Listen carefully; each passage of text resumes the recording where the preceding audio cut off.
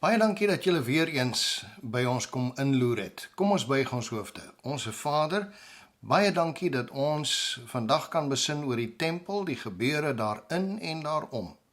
Dankie dat ons die werklikheid van hierdie gebeure nou voor ons kan sien oop vir ons. Bid dit in die naam van Jesus. Amen.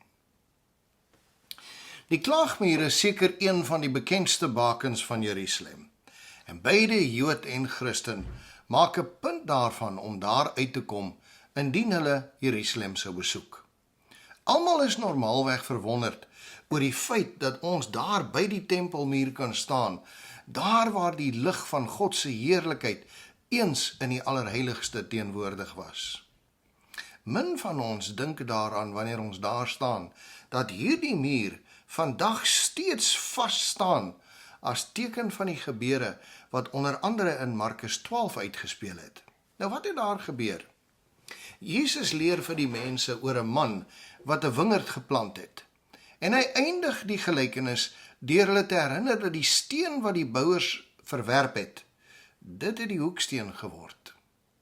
Nou daarmee verduidelik hy dat die seun wat hulle doodgemaak het, die een is wat van die Here gekom het.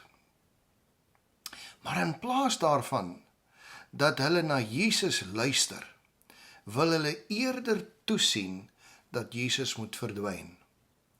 Jy sien, die priesters wat in die tempel diens gedoen het die betekenis van die diens wat hulle uitgevoer het, vergeet. Hulle het opgehou om verby die simboliek daarvan te kyk, na dit waarop dit gedui het. In die aanbieding van die offers was hulle net rolspelers. Die verordeninge wat God self ingestel het, is gebruik om die denke te bind en die hart te verhard. God kon niks meer vir die mens deur hierdie kanale doen nie. Die hele stelsel moes uitgewis word.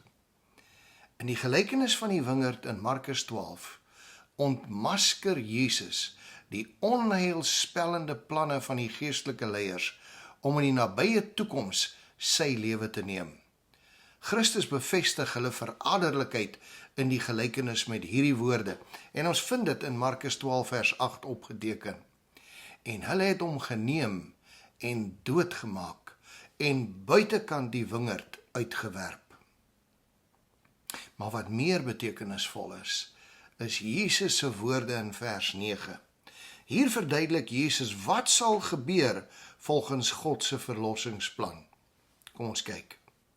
Hy sê, wat sal die eienaar van die wingerd dan doen? Dis God die Vader.